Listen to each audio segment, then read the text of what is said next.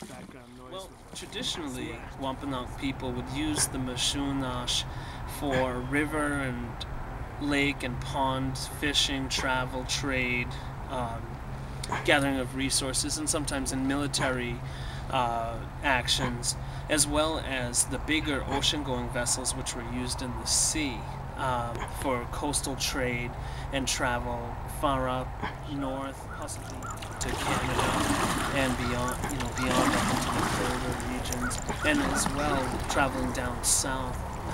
Who knows really how far? We had up to 60 long vessels, as I mentioned before, with 40-man crew. Those were poled, paddled, and sailed, and they were used for deep sea travel and trade.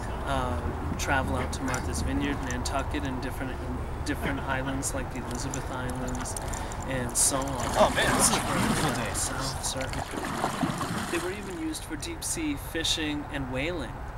Traditionally, whaling was done from some of the bigger dugouts, where there's a number of even written accounts of native people harpooning whales, sometimes running, one man running on the back of the whale up to the blowhole and hammering a stake essentially into the blowhole, probably right into the heart of the whale. And also men shooting whales to death with arrows. So there was a lot of different uses for the vessels.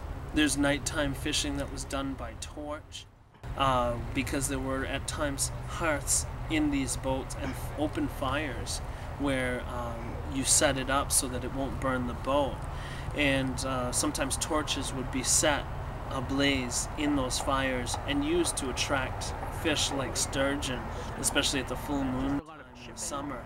And the sturgeon would come up into the shallow waters or the water near the boat, and then they would be harpooned because they play in the light of the full moon and of the torches. And what's great about it is that when they play, they sometimes expose their bellies and they could be harpooned.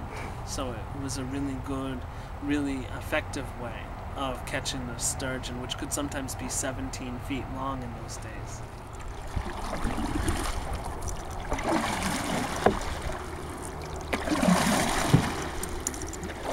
I think they perform like a car that's got their power steering chopped off.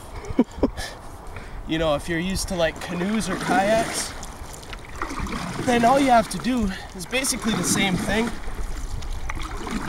but put a little bit more muscle into it. But these boats really aren't like canoes or kayaks because they're all made from the ocean. Yeah. So, hence the thickness, hence the weight. It all adds for the stability. Most of this weight is all down at the bottom.